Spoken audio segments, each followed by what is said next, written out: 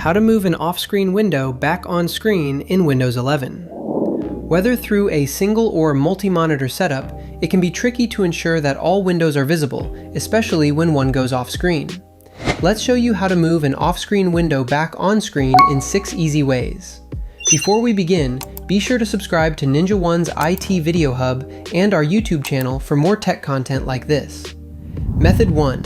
Alt plus space plus M. For our first method, select the off-screen window by clicking its taskbar icon or pressing Alt plus Tab. Then, open the Windows System menu by pressing Alt plus space.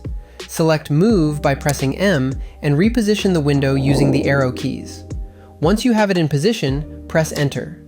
Method 2. Win plus arrow keys. Method number 2 is straightforward.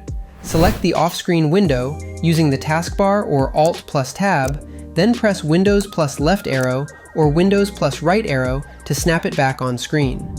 Method 3. Shift plus right-click on taskbar.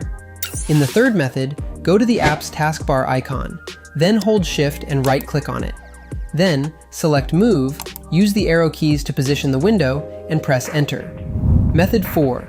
Taskbar thumbnail preview. For Method 4, just hover over that taskbar icon until you see the thumbnail preview, then right-click it and select Move.